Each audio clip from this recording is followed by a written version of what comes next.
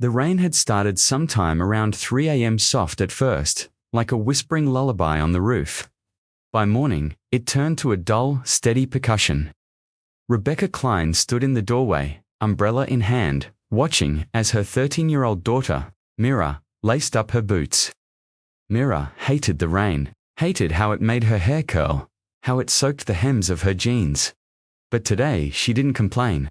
She'd been quiet all morning, too quiet for a Thursday.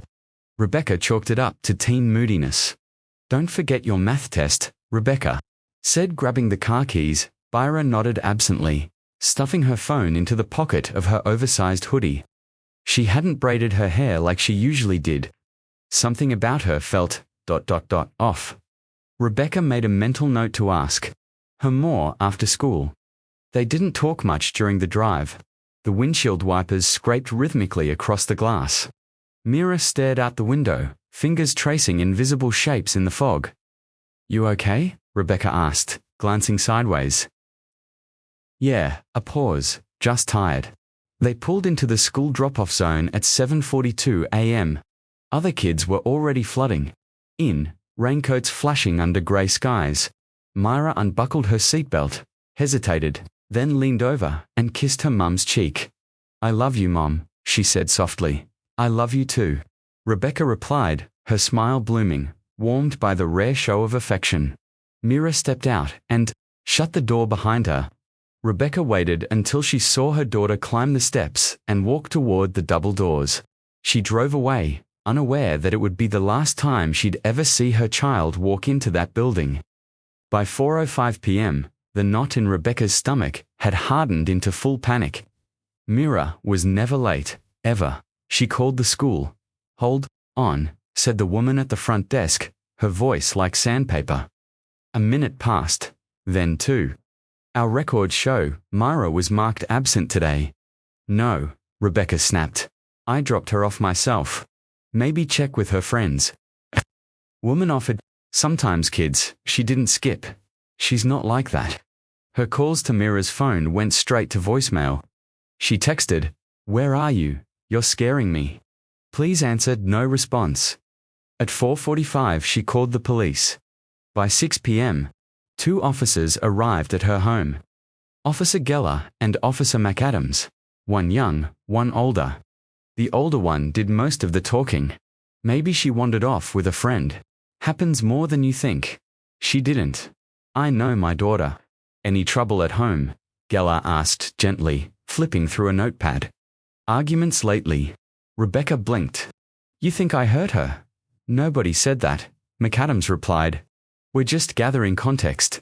She's 13, it's dark, it's raining, she's out there somewhere, and you're asking about our home life." They filed the missing persons report.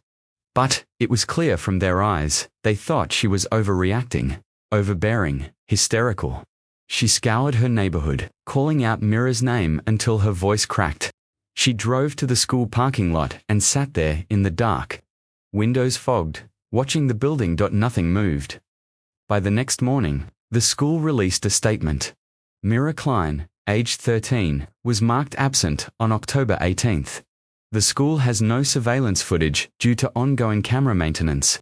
Anyone with information is asked to contact local authorities. Camera maintenance. On the one day her daughter vanished, Rebecca drove to the school, fury boiling inside her. She demanded to see the principal. She was told he was in a meeting. She waited 2 hours. He never came out. That night, she collapsed on the floor of Myra's room, clutching a hoodie that still smelled like her. 48 hours passed like smoke. Leads fizzled. No sightings, no calls, no ransom notes. The police began using past tense. If Mira was at school, ... When Mira used to ... double quotes, news vans came and went. Neighbors stopped offering carols. People crossed the street when they saw her coming. Rebecca barely slept.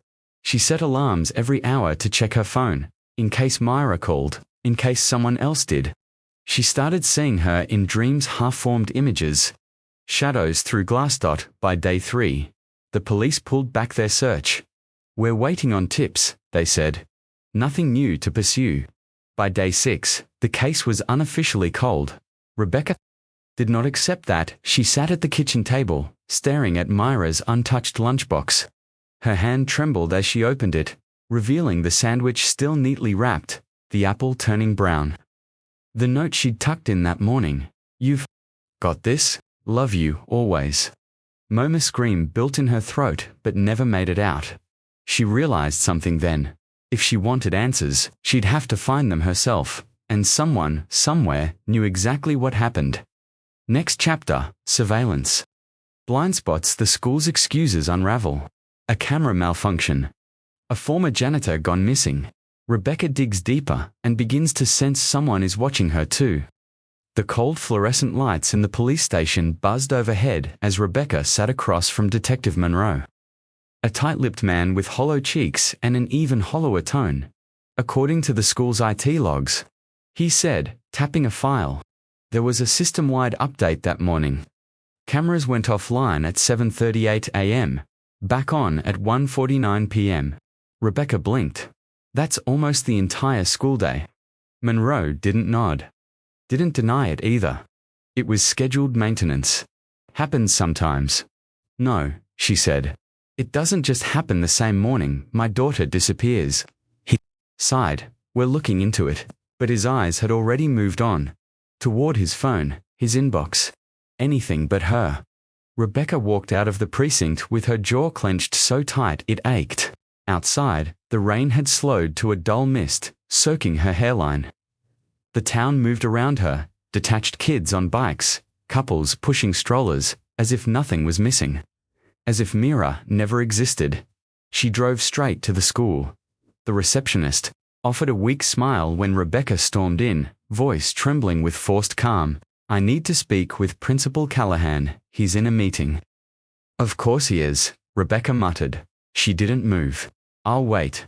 This time, she didn't sit down. She paced. When Callahan finally emerged 40 minutes later, he looked surprised and annoyed. "I only have a minute," he said, guiding her into his office. It smelled like old coffee and paper. Awards lined the shelves behind him. A framed quote read, "Excellence is never an accident." "I want answers," she said. About the cameras, he exhaled slowly, settling behind his desk. "The district upgraded our system that week." The update was scheduled. Then why wasn't anyone told? "Why didn't you mention this during the first search?" "You knew, Mrs. Klein." His voice hardened. "I understand your grief. But you're beginning to harass my staff. Threatening people, accusing them. I'm looking for my daughter. And you're making it worse for yourself," he said quietly. His eyes didn't hold hers. "If you keep this up, people will stop listening." Rebecca stood. Her hands were shaking, but her voice was cold. "Maybe you're afraid someone will finally start listening." She walked out without another word. That night, she pored over public records until her eyes burned. School maintenance logs, board meeting minutes, faculty rosters. Most of it was digital red tape.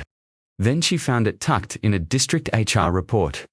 Jeremiah J. Duncan, Custodial Services Termination Date, September 293's an unspecified conduct violation 3 weeks before Myra disappeared. Rebecca stared at the screen. Pulse spiking. She searched his name. A mugshot popped up from 2012, trespassing, resisting arrest, then nothing. Vanished into the system. The school had never mentioned a fired janitor. She copied the file, printed it, pinned it beside Myra's school photo. Myra, smiling under a maple tree, cheeks flushed with sunlight. Rebecca touched her face, the paper now curling at the corners. The next morning, she called the school board. No one answered. She left 5 voicemails. When someone finally called back, it was a woman with a clipped voice. "We cannot discuss employee files, past or present. But he worked there. Around children, I'm sorry. There's nothing further I can tell you." Rebecca hung up. Her heart pounded. She could feel it, a thread unraveling, something just beneath the surface. The town, however, had made its decision. At the grocery store, whispers followed her down the aisle. Some pitied her, others looked away. She overheard a cashier say, "That's the mum who's losing it." She wasn't losing it. She was waking up. The search parties were gone. The flyers had faded in the rain. Her daughter's case was dissolving, and no one seemed to care. So Rebecca did what no one else would. She drove to the address listed in Duncan's arrest record. It was a trailer on the edge of town, half into weeds, curtains drawn. A rusted lawn chair tipped over by the porch. She knocked. Nothing. She knocked again. The door creaked open just slightly. No sound, no movement inside. Rebecca's breath caught in her throat. She didn't step in. But she looked. It was empty, completely gutted. Floorboards warped with water, walls stripped, like someone had fled in a hurry. She backed away and drove off, adrenaline spiking. She didn't call the police. They wouldn't believe her. She knew that now. Instead, she began cataloging everything. Dates, names, printouts, her dining room became a war table. Walls covered in maps and pins and photos. She wasn't sleeping much. Didn't need to. Somewhere, someone was lying. And maybe it hadn't started with Mira. Maybe it went further back. The next day, she returned to the school. She walked the perimeter, phone in hand. Her eyes scanned the sides of the building. Hallways, back entrances. The old equipment shed behind the gym. She took photos of everything behind the school. A janitor emptied a trash bag into a dumpster. Young, new, not Duncan. He looked up and watched her, his expression unreadable. She turned and walked away. At home, she stared at a blurry photo from a year ago, Mira, at a science fair. Behind her, a row of hall lockers. Rebecca enlarged the photo, zoomed in on a sticker barely visible in the corner of the frame. A sticker that said, "Camera to A." Active recording area, the same hallway. Mira would have walked down after arriving. Camera to A, offline the day she vanished. Rebecca sat back. The walls of her home were closing in, but she was no longer the one. Trapped, she just had to keep pulling threads. The cursor blinked in the middle of the screen. Rebecca sat motionless, staring at Myra's laptop like it was an artifact dug out of a grave. It had taken her 3 days to get past the password. It wasn't anything clever, just her daughter's birth date. A part of Rebecca wilted at the simplicity of it. She wasn't ready to be inside her daughter's private world, but she had to be. The folders were tidy. School assignments, selfies, chat logs. A normal girl, a bright, slightly introverted teenager who doodled flowers in the margins of her homework and used too many exclamation marks in texts to friends. No search history about running away. No cryptic journal entries. No strangers trying to lure her. Through social media, nothing. But then she opened the messaging app. One chat caught her eye. Mira's closest friend, Alyssa Grant. Rebecca scrolled to the messages from the day Mira vanished. There were only two. 7:15 a.m. Mira. Today's the day I talk to him. If I don't chicken out, lol. 7:41 a.m. Mira. Sent photo near the gym. He's always around here in the mornings. That was the last message. No reply. No more pings after that. Rebecca opened the image. It hit her like a punch. Myra stood by the gym building, raincoat open, hood down. Her hair stuck to her face. She looked serious, not scared, but deliberate. Behind her was a large metal storage shed, rusted, old, and just out of frame. The blurry shape of a man, barely visible, facing away. Rebecca's heart pounded as she zoomed in. The resolution broke apart, pixel by pixel. But the man had work. Boots, a dark jacket, a grey cap. The timestamp read 7:41.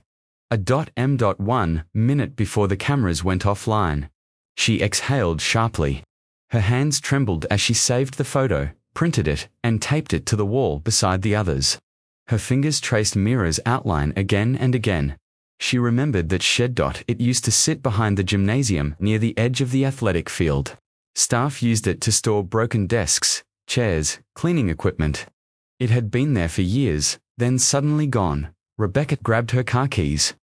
The backlot of the school was empty on Saturdays. She parked by the faculty entrance and walked the perimeter with careful steps, keeping low behind the hedges. The gym loomed to her right. Where the shed once stood was now a rectangle of fresh gravel. Perfectly leveled. To clean. No construction tape, no signage, nothing to indicate when it was removed or why. She took pictures from every angle. Close-up shots of the disturbed soil. A wide shot showing where Mira stood in the photo. She paced the area again. But something tugged at her gut. The demolition had to be recent. The gravel hadn't even packed in yet. She pulled out her phone and began scrolling through the school. Boards, newsletters, press releases, maintenance updates, archived pages. Then, she found it, October 23rd. Due to ongoing safety concerns, the athletics shed was removed and cleared. 5 days after Myra vanished, she read the line again, her stomach lurching. Ongoing safety concerns. No explanation. No prior mention. No announcement before the demolition. She kept scrolling, then stopped. The demolition was ordered by Principal Callahan himself. Her fingers clenched around the phone. Why hadn't he mentioned this? Why didn't the police bring it up? What could possibly be so dangerous about a storage shed that it had to be erased less than a week after a student disappeared behind it? Unless it wasn't dangerous, unless it was evidence. Her eyes swept the field one last time. Someone had scrubbed the place clean, not carelessly, deliberately. That night, she called Alyssa's mother under the pretense of checking in. I just wondered, Rebecca asked gently, if Mira ever said anything strange that week. Did she mention a teacher, a student? Maybe. Someone she was scared of. There was a pause on the other end. Not scared, Alyssa's mother said slowly. But she did talk about someone. A man. Older. She never said his name. Rebecca's breath hitched. What did she say? She said she saw him watching her sometimes after gym class. That she thought he was following her, but she wasn't. Sure. Rebecca gripped the phone tighter. Why didn't anyone tell me this? I thought it was just teenage imagination. You know how kids Rebecca hung up? Her hands moved like they belonged to someone else, printing maps, highlighting sections, adding new strings to her wall. The photo of Myra near the shed now hung dead center, circled in red ink. She stared at it for hours. Her daughter had been afraid, and whatever happened that morning, whatever Myra meant when she said, "Today's the day I talk to him," it happened here by the shed. Before someone erased it from the world, the printer hummed through the silence of the house as Rebecca stood motionless, eyes fixed on Myra's photo by the demolished shed. A red ring circled her daughter's face like a target. Somewhere between obsession and clarity, Rebecca began to see it all differently, like a pattern buried in static. She didn't sleep that night. She scrolled through every parent forum, school complaint thread, archived PTA minutes. Looking for what? She wasn't sure. A whisper, a hint, a crack. Around 2 a.m., her inbox chimed. Subject, confidential. You don't know the half of it from Kendra Elms, 88, at protonmail.com. No one believed me either. I worked there. I know what they did. Meet me, discreetly please. -K.E. Her heart pounded. Attached was a photo of a faculty ID, Ms. Kendra Elms, school counselor. Employed until 2 months before Myra vanished. Rebecca stared at the message. Then, at the photo, the woman had kind eyes, short silver-streaked hair. She remembered her vaguely from a parent conference years ago. She replied immediately. Where, when I'll be there. They met at a quiet cafe on the edge of town. Neutral ground, windows steamed from the morning drizzle. Rebecca arrived early, seated near the back, hood up, face tight with caution. Kendra walked in exactly on time, a thick file in her hands. Her gaze darted as she sat across from Rebecca. I don't have long, she said. I've been followed before, watched. By who? Rebecca asked, leaning in. Not sure. I just know. When I talk too much about the school things, happen. Tires slashed. Phones tapped. My dog went missing for 2 days and came back injured.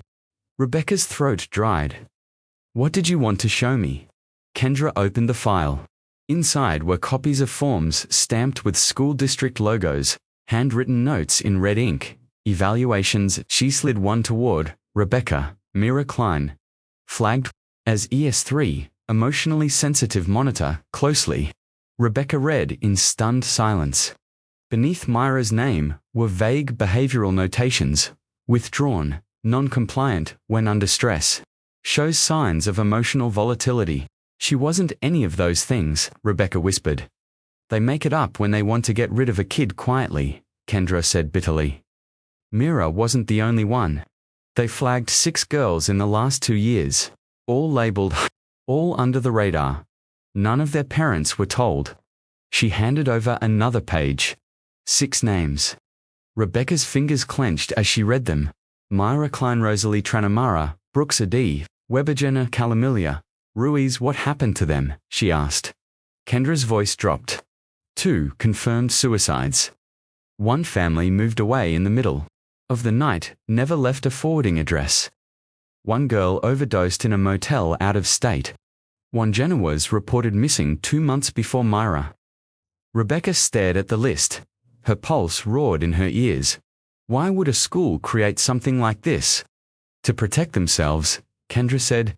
To push out the ones they think will disrupt performance stats or bring in parental heat. Callahan spearheaded it. He wanted quiet halls and clean scores. These girls had emotions, questions, trauma, and no one stopped him. I tried, Kendra said, voice trembling. I filed internal reports, spoke at closed board meetings. They buried it, said I was unstable. 2 weeks later, I was placed on forced leave. 3 weeks later, fired. Rebecca's jaw clenched. They flagged her like a number, she whispered, clutching the paper. Kendra nodded. That list wasn't for support. It was a warning system. Not to help. To contain. The rain outside intensified, drumming like war on the windows. Need to know everything, Rebecca said. Everyone who saw that list. Everyone who approved it. Kendra slid a flash drive across the table. It's all here. Keep it safe. I shouldn't even have this. If anything happens to me, you'll be fine, Rebecca said. But her voice lacked conviction. Kendra gave a sad smile. You don't believe that? Neither do I. They parted without hugging. Without names. 2 women joined by a shared unbearable truth. Rebecca spent the next 2 days combing through the flash drive. Meeting notes, internal emails, disciplinary memos, all connected to the 6 girls. It was worse than she imagined. Teachers had been encouraged to document any emotional incidents and submit them weekly.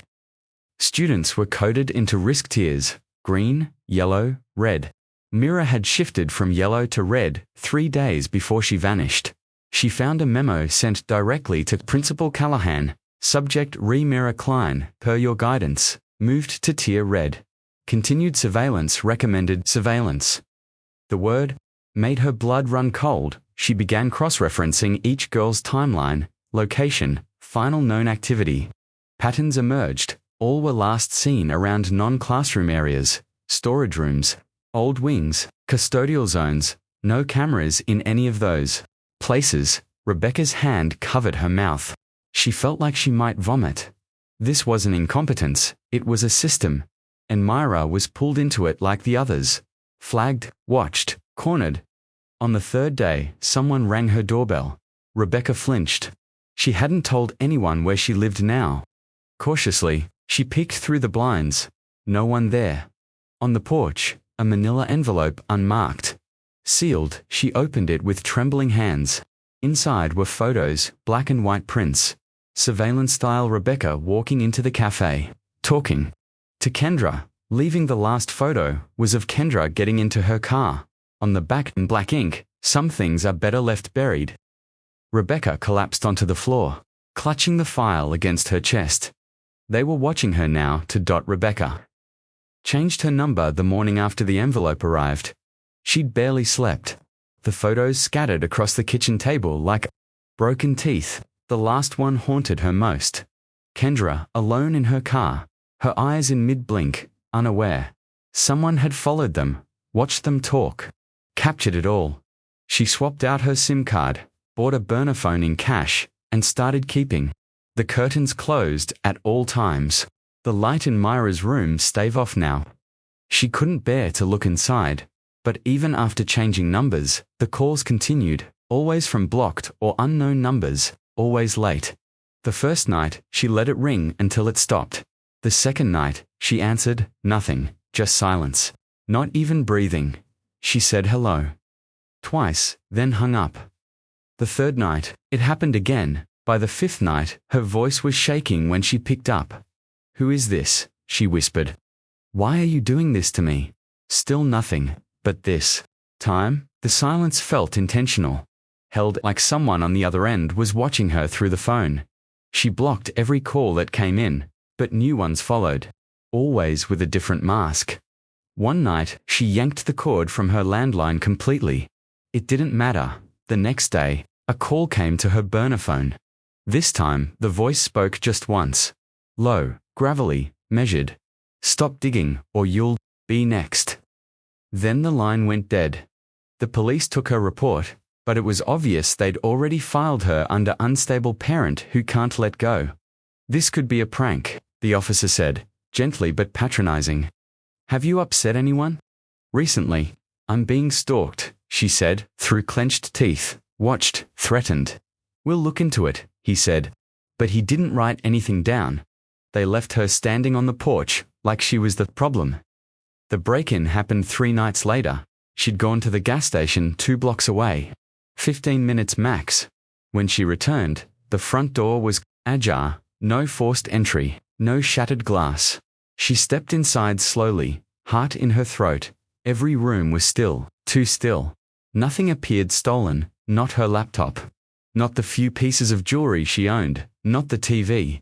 But then she walked into the dining room, every piece of evidence, the printouts, the maps, the wall with Myra's photos, the flash drive copy, gone, or worse, shredded. Their remnants stuffed into a garbage bag left on the floor like a message. Her entire investigation reduced to ribbons of unreadable paper. On the wall, where Myra's photo once hung, someone had used a Sharpie to scrawl 5 words. "Let the dead stay buried." She staggered back, slamming the door behind her, bolted it, then grabbed the kitchen knife and pressed her back to the wall. Her breathing came in short bursts.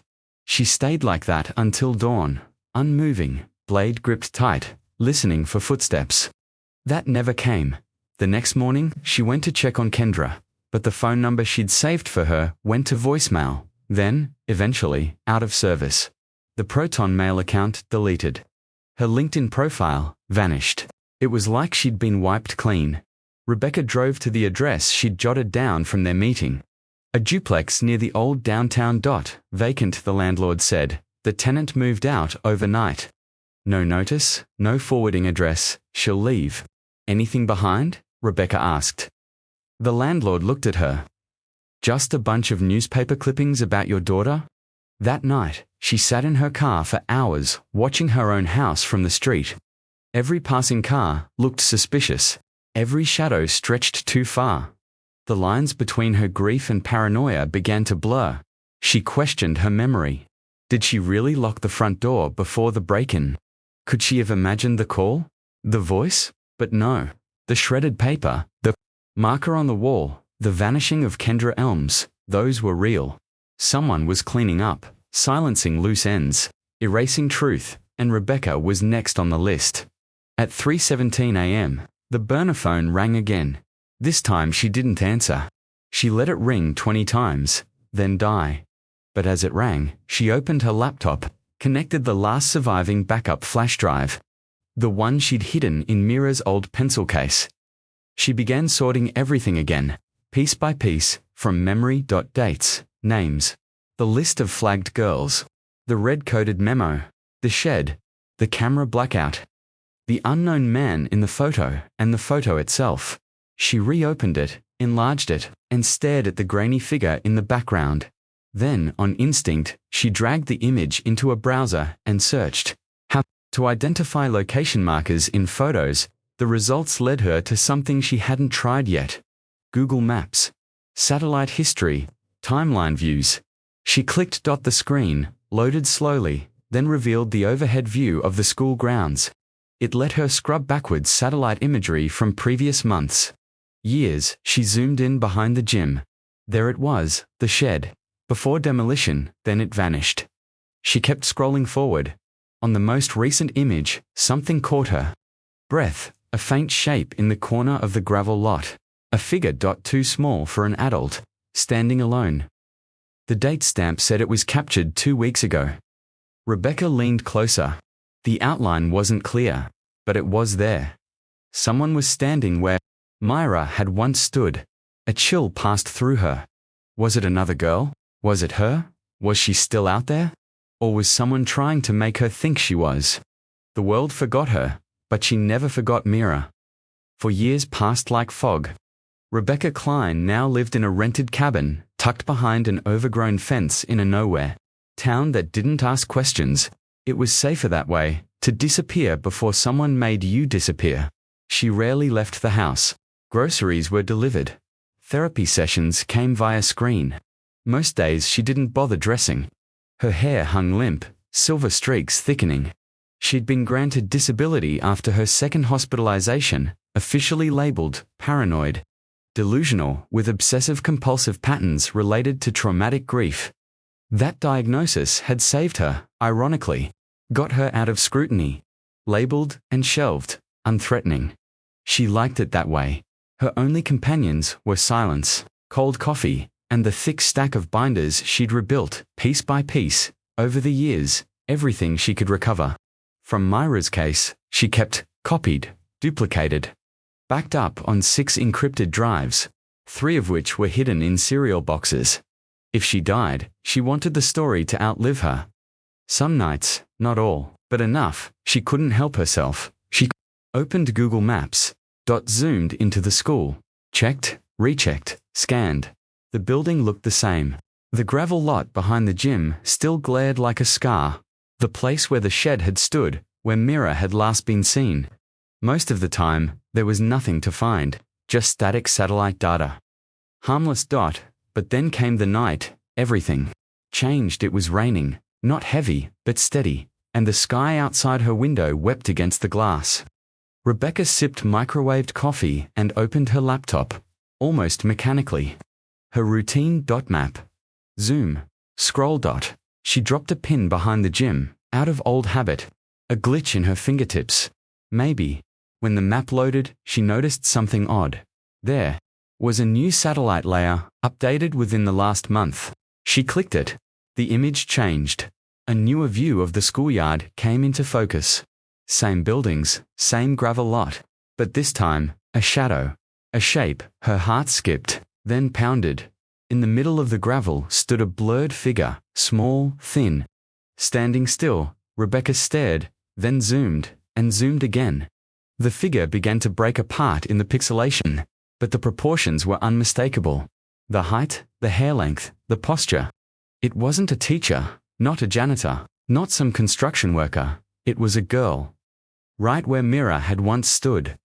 Right where Myra had disappeared. Rebecca's chest tightened. She tried to breathe and couldn't. Her hands hovered over the mouse. Trembling, it couldn't be her. It was impossible, and yet the timestamp read, image captured 28 days ago, for years. No sightings, no new leads, no calls. And now this. She opened the photo Myra had taken on the day she vanished, the one she'd sent to Alyssa. Myra, standing near the shed, eyes half-focused, lips pressed together. Rebecca dragged the 2 images side by side, lined them up. The angle. The building. The backdrop. It was the same spot. Tears blurred her vision. Her breath came in shallow, panicked gasps. She clutched the desk to steady herself, whispering Myra's name again and again. What did it mean? A coincidence? A ghost? A cry for help? Or something else, something worse? She thought of the shed, the demolished structure, the janitor who vanished, the girls on that list, the warning calls, the break-in, the message on her wall, let the dead stay buried. And now this girl, standing like a statue, blurred. Just enough to question if she was ever real. No, not a ghost. Rebecca didn't believe in ghosts, but she did believe in patterns, systems, and someone had left. This shadow on the map, like a thumbprint on a window. She copied the image, printed it, taped it on the wall beside Myra's last known photo. Then she grabbed a fresh legal pad and wrote at the top. In thick black ink, 28 days ago, Girl appears on map location. Former shed site. Why there? Why now? She drew arrows, circled timestamps, wrote theories, ripped them up. Then she stopped. One question repeated in her mind, louder than the others. Was this meant for her to see? Because if the figure was just a random student, it would have been scrubbed by now. Google had protocols for blurring license plates, faces, children. Yet this image had been left in. Someone left it in. Her blood ran cold. Maybe this wasn't closure. Maybe it was bait. The next day, she drove for the first time in almost 6 months. Anxiety clawed at her throat, but she forced herself onto the road. She wore sunglasses and a scarf to disguise herself. The school was nearly 3 hours away. She didn't care. She parked 2 blocks down, walked with careful steps, hood up, head down. By the time she reached the chain-link fence behind the gym, her legs felt like concrete. The gravel lot was still there, but now overgrown with weeds, the gravel scattered. No one around. But when she stepped closer to the fence, something shimmered in the weeds. A small white object. She reached through the metal, fingertips brushing it. A fragment of polished plastic, cracked and sun-dash bleached. She turned it over. It was a piece of a phone case. Blue, with the faint outline of a heart sticker peeling away. Rebecca staggered back. Mira's phone case had been blue. With heart stickers, they'd never found her phone. She clutched the fragment in her fist, heart beating out of rhythm. Her vision blurred, but her mind locked in. This wasn't over. This was only just beginning. The plastic phone case fragment sat on Rebecca's nightstand like a sliver of bone proof that something had been buried and forgotten. But who had left it behind? And why here, at this exact location, after 4 silent years? She couldn't shake the thought that someone wanted her to find it. As if the gravel, the blur on the map, the half-buried relic, were all breadcrumbs from a trail never meant to go cold. She spent the next 72 hours dissecting every detail of the property behind the school, where the shed once stood and the plastic fragment had appeared. Land deeds, zoning records, and municipal transfers, most of it dead ends. Then, she found it buried in a decades-old zoning document.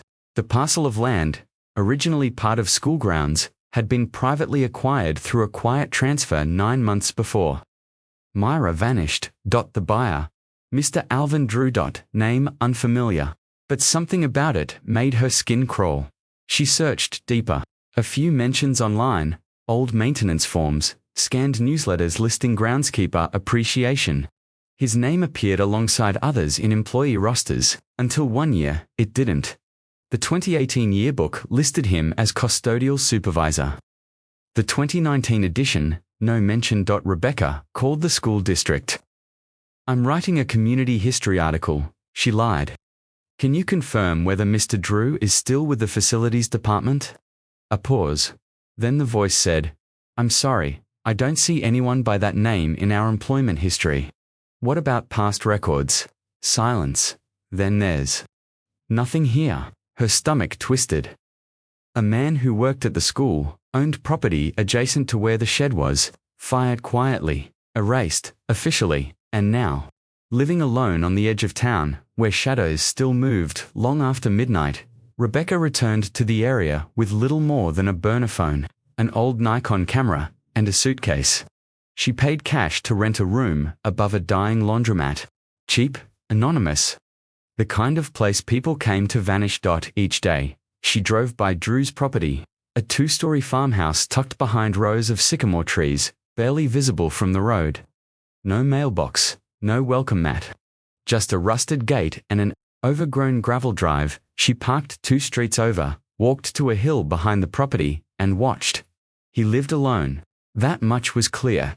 In the mornings he emerged briefly, tall, thin, slow-moving. Late 60s, maybe 70s, grey beard, dark cap. He'd check the porch, tend to a small garden near the shed, then disappear inside. No visitors, no deliveries, no children, but every night, just after midnight, the attic light blinked on. Sometimes it stayed for hours. Other times, it blinked. Twice, then nothing. Rebecca jotted it down every time. Blink, blink, dark, Was it a signal, a pattern, a malfunction, or was someone or something up there? She began tracking his movements. Every day for a week, she followed him. In her car, always staying several lengths back, he never went far. The pharmacy, a hardware store, once a church thrift shop. But the pattern was always the same. Silence, solitude, isolation. No one spoke to him. No one seemed to even notice he existed. Which meant no one would notice if he'd taken something or someone and never let them go. On day 11, Rebecca parked near a local library to research him further. She found a single article in the microfilm archives from 1994, a staff profile in the school district newsletter. Meet Alvin Drew, the man who fixes what others leave broken. I like working alone, Drew was quoted. Things make more sense when no one's talking. He'd worked there nearly 30 years, but the archives after 2019, nothing.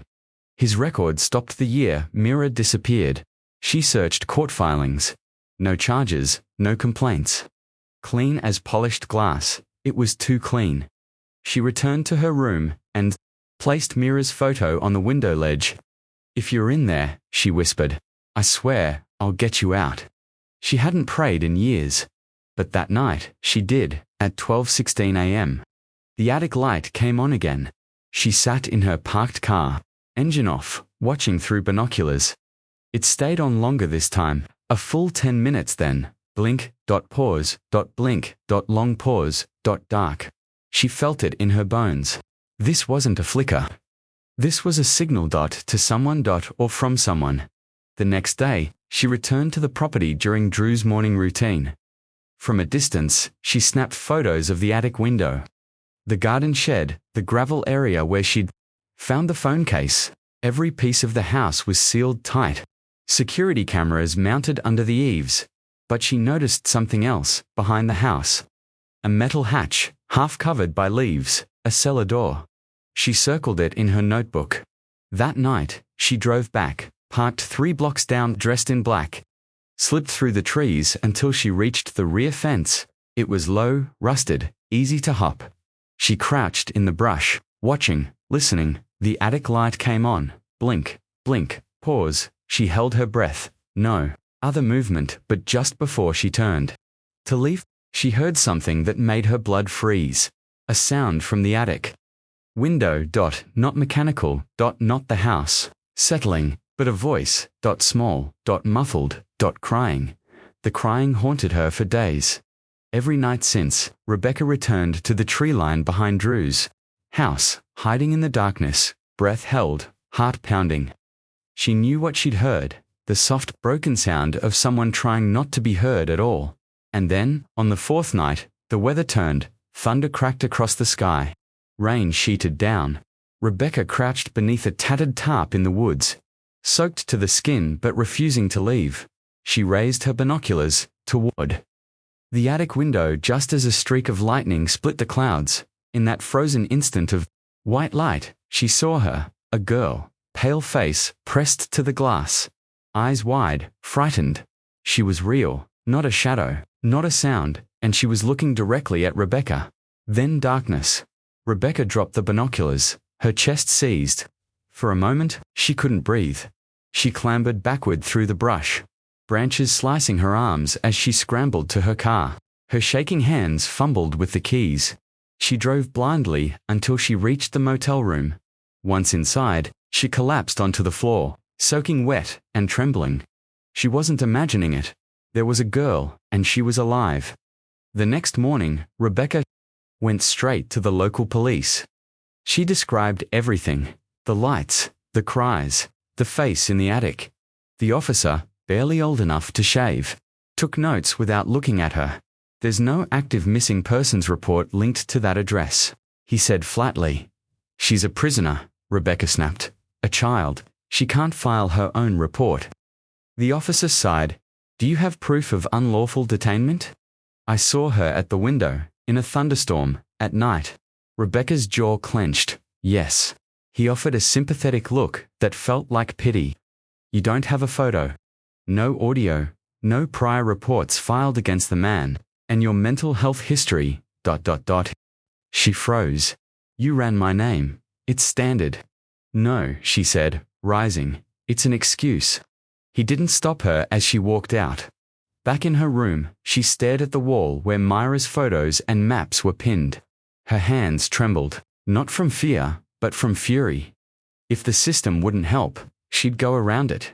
She opened her laptop and typed, "True Crime Podcast Contact Tips." The top hit was a submission form for a show called The Silence Below. Hosted by investigative journalist Jordan Vale, ex-reporter, now turned crusading podcaster. She filled in the form with shaking fingers, attaching maps, photos, fragments of her timeline, and one sentence that made her stomach turn as she wrote it. "There's a girl in an attic, and I think she's alive."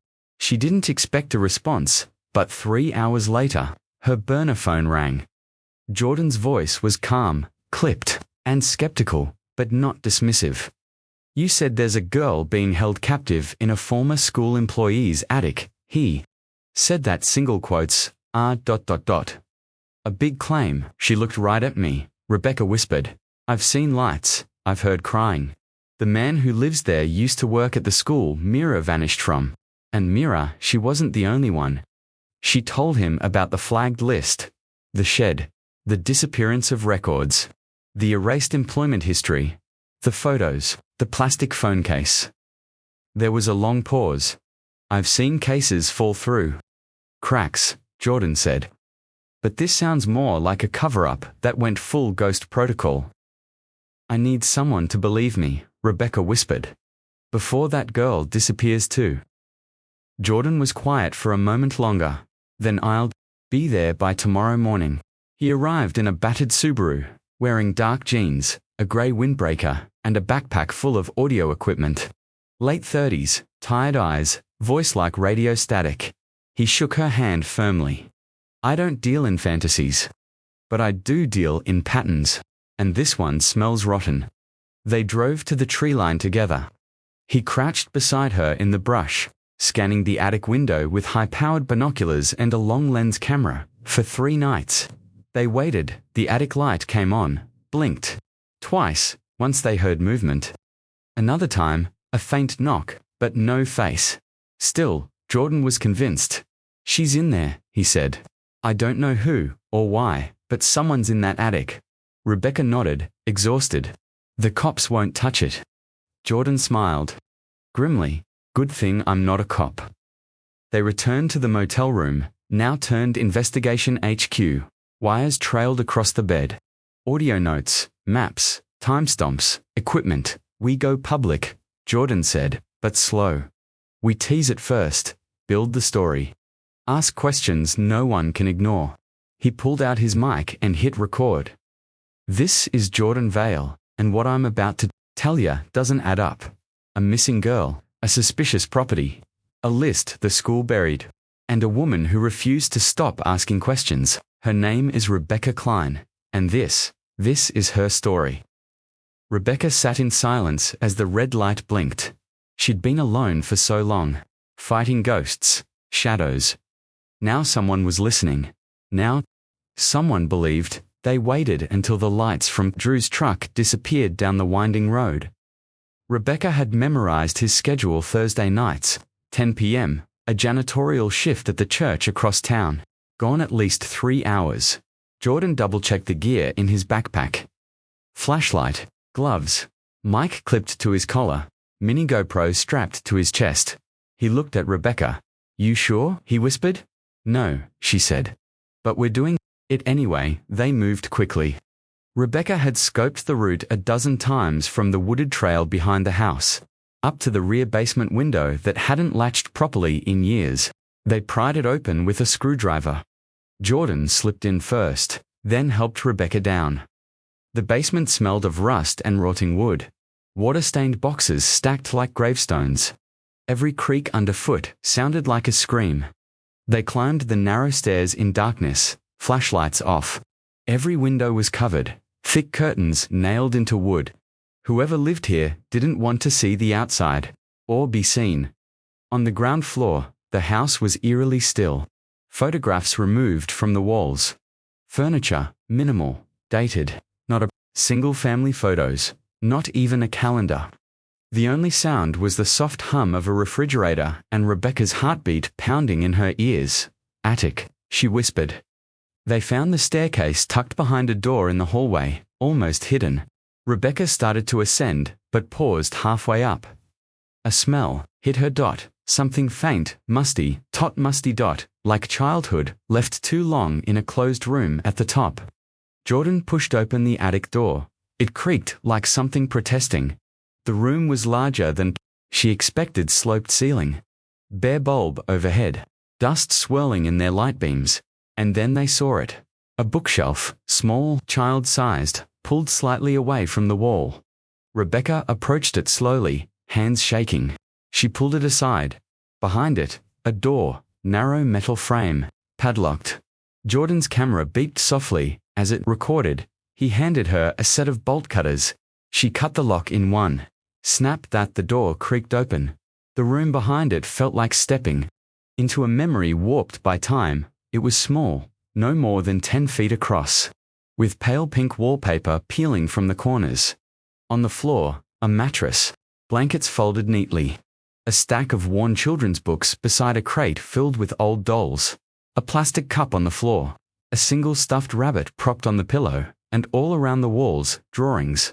Dozens of them, stick figures, rainbows, a girl and a woman holding hands, a tall man with no face, a house with no doors. All signed with a looping initial M.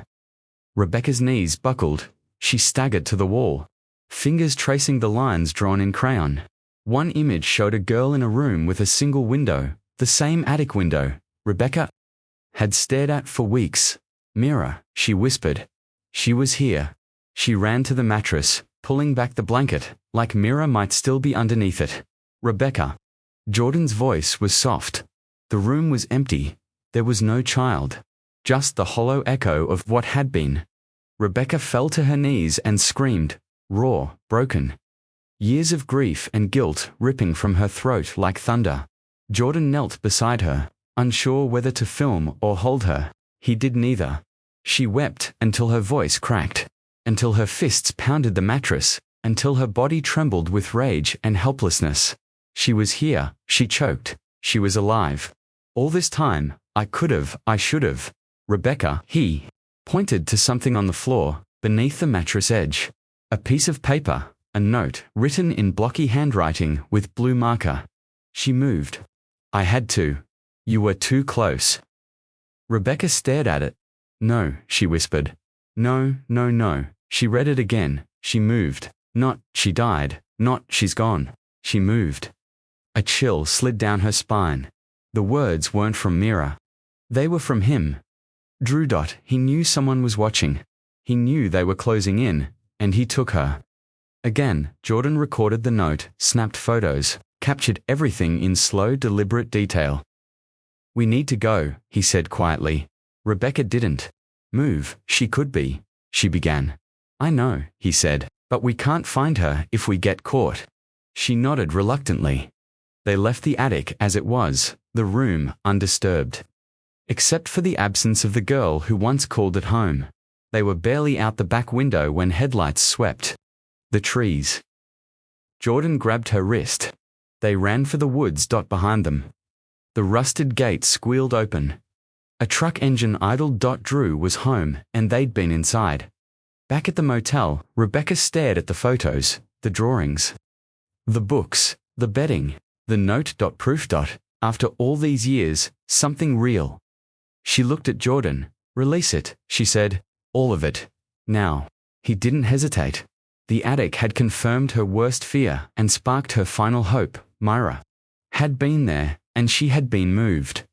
Rebecca barely slept after the break-in. She replayed the note in her mind like a looping broadcast. She moved. I had to. You were too close.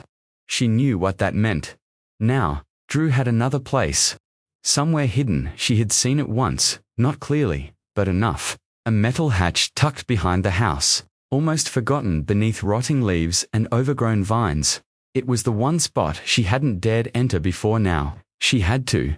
Jordan wanted to go with her, but Rebecca shook her head. If he suspects we both show up, it'll spook him, she said. I need to do this alone. She waited until 2 a.m. The hour Drew's truck was confirmed parked at the VFW bar on the far side of town, a place he visited every Friday like clockwork. She dressed in black, tucked her flashlight into her coat, and left everything else behind, except Myra's photo, which she folded into her back pocket like a tether to reality. The woods behind Drew's property were silent. No wind, no animals. The kind of quiet that made sound feel like betrayal. She moved with careful steps through the brush, circling around to the back of the house. And there it was, exactly where she remembered it. The hatch. Old, rusted, partially sunken into the ground like it had been forgotten for decades. She dropped to her knees and clawed away the wet leaves. The hinges were tight, but not locked. Her fingers slipped twice before the handle gave way with a groan. The hatch creaked open. A wave of air hit her damp, metallic, and wrong. She aimed her flashlight down. Concrete steps, a descending tunnel. She hesitated. Then she thought of face in the window, the crayon drawings, the note. She climbed down. The air grew colder with every step. The walls narrowed. Dirt crumbled between cracks. She counted each stair out loud, just to hear something other than her own pulse. At the bottom. A steel door. She turned. The handle. Inside was darkness so thick, it swallowed the beam of her light. Then, shapes began to emerge. A small cement room, no windows, a bucket in one corner, torn bedding in another. The walls lined with insulation and thick foam padding, soundproofing. On the far wall, shackles. Her stomach turned. She stepped forward and heard movement. A rustle, a breath, then a voice, small, hoarse, trembling. Who's there? Rebecca turned sharply, the flashlight landing on the far corner of the room, and there, curled on a filthy mattress, was a girl, thin, pale, hair limp and tangled, eyes wide and wild, like a cornered animal. It took Rebecca's breath away. She dropped to her knees. Mira. The girl shrank back. Rebecca placed the flashlight down slowly and raised both hands, shaking. Mira. It's me. It's Mummy. The girl blinked, her body tensed, her lips trembled. No, she whispered. He said you stopped looking. Rebecca froze. What? The girl's voice cracked. He said, you gave up. That you forgot me. That I wasn't wanted anymore. Tears spilled from Rebecca's eyes. She crawled forward, careful not to startle her, and gently reached into her pocket. She pulled out the folded photo, the one from Mira's 13th birthday. The two of them smiling, frosting on their cheeks. She held it out. The girl stared at it, her breath caught. Then, slowly, her lips parted in recognition. Mum, Rebecca broke. She lunged forward, wrapping her arms around her daughter's frail frame, holding her close. Mira stiffened, then collapsed into her. I never stopped. Rebecca sobbed. Never. Not for 1 second. Mira wept into her shoulder. I thought I was going to die here, she whispered. Rebecca pulled back, just enough to look into her daughter's face. Not anymore, she said. We're going home. They moved quickly. Rebecca wrapped Myra in her coat and guided her up the stairs, one arm around her trembling shoulders. Each creak of the steps felt like a warning, each second a countdown. They reached the hatch and pushed it open. Night air hit them like a gasp. Myra shielded her eyes. Blinking against the starlight, she hadn't seen the sky in years. Rebecca helped her across the yard, through the fence, and toward the trail. She didn't notice the shadow moving behind them at the edge of the woods. Headlights flashed. Rebecca flinched, but it was Jordan. He stepped out of the car, eyes wide as he saw the girl. Mira. He breathed, but Mira recoiled behind Rebecca. She's okay, Rebecca said. We found her. She's alive. Jordan's hands shook as he opened the passenger door. Get in now. They drove in silence for a minute. Then Mira asked, Where? Are we going? Somewhere safe, Rebecca said. Far from him. Jordan nodded grimly. I already called it into episodes going live at dawn, and now we have her. The morning after Myra's rescue, Drew was taken into custody without resistance. He didn't run, he didn't speak.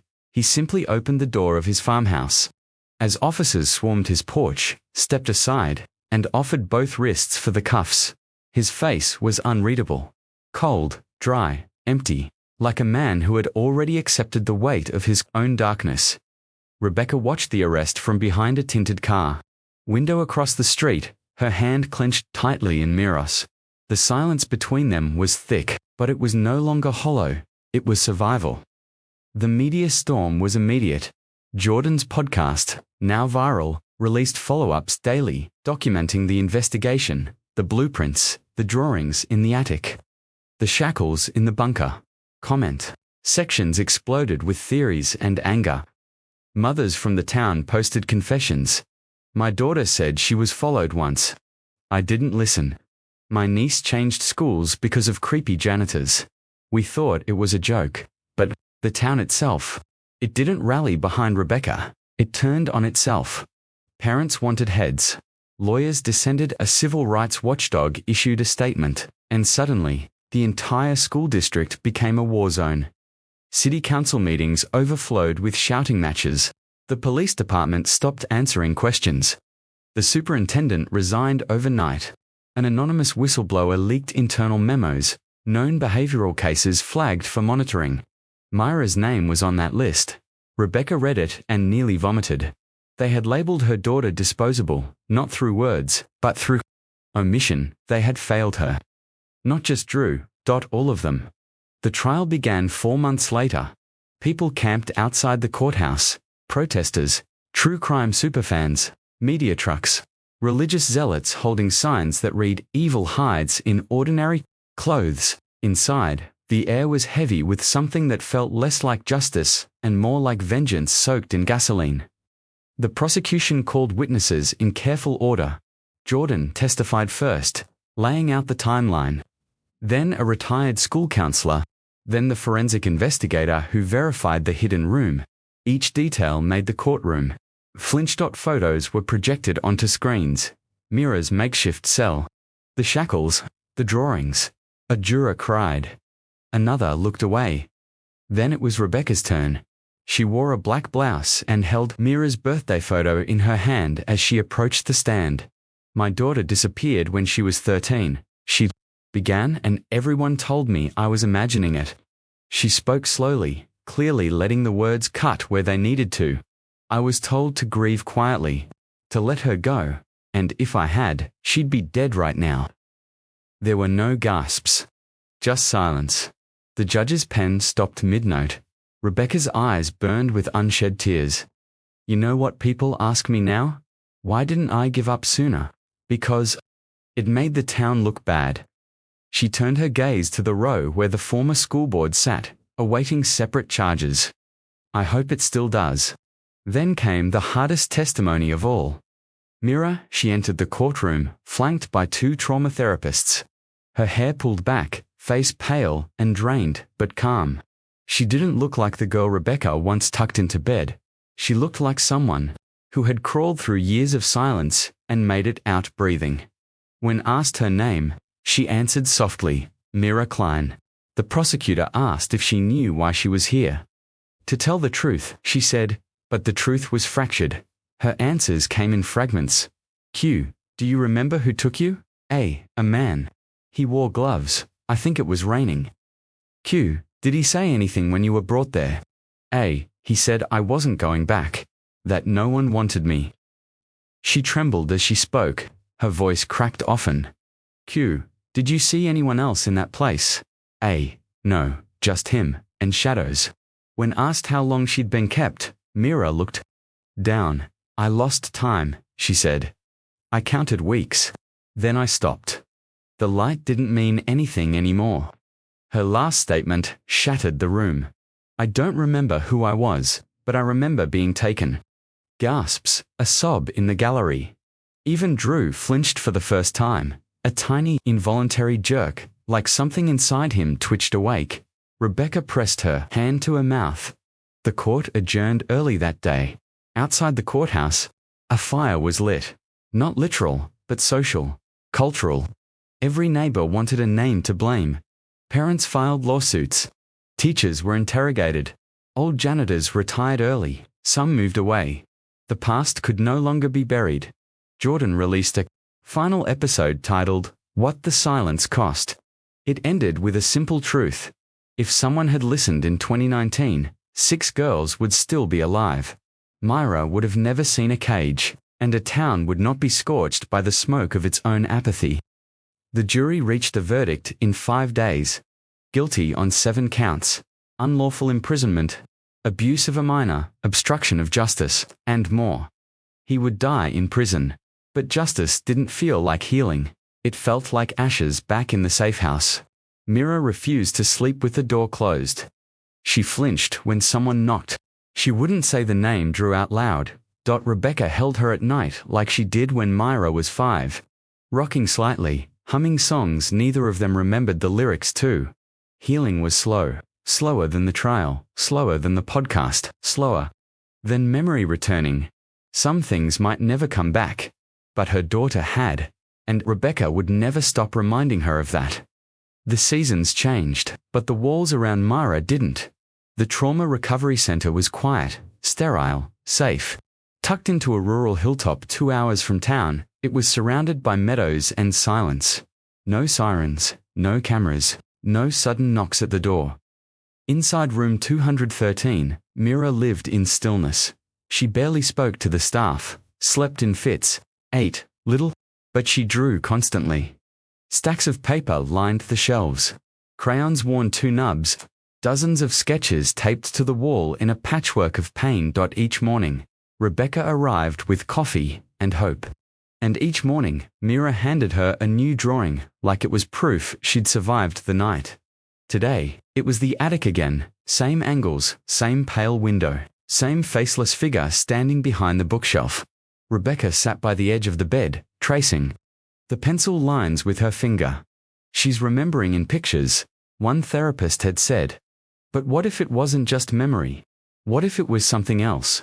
That afternoon, Rebecca stayed longer than usual. The usuals gave her space. Mira was calmer now with her mother, near less flinching, less frozen. As the sun dipped behind the pines. Mira pulled another sheet of paper from under her pillow and offered it without a word. Rebecca took it and paused. This one was different, not the attic, not Drew. It showed 2 girls, both inside a small room. Myra was unmistakable, thin limbs, tangled hair, but beside her stood another girl, taller eyes hidden behind messy bangs. A scar across her cheek, the name written below her, in crayon, Jade. Rebecca's voice caught. Mira, who is this? Mira's eyes remained fixed on the floor. She was there, she said softly. Before me, sometimes. After, too. Rebecca leaned in. Did she talk to you? Myra shook her head. She cried a lot. Drew, he didn't like that. He said she had to go away. Rebecca's heart thudded. You saw her? In the attic. Mira's voice dropped to a whisper. No. In the other place. The quiet room. The underground bunker. The drawings all this time. They hadn't just been from memory. Some were from observation. That night, Rebecca sat in her car long after leaving the facility. The paper with Jade sat on the passenger seat beside her, fluttering with the breeze of the heater. Jordan's words from months ago echoed in her mind. What if this goes deeper? What if he wasn't the only one? Rebecca reached for her laptop. She opened Google Maps. Just like before, 4 years ago, she traced the area near the school, then the house, then the woods. But this time she zoomed out and kept zooming. She scanned the entire stretch of land within a 15-mile radius of Drew's property.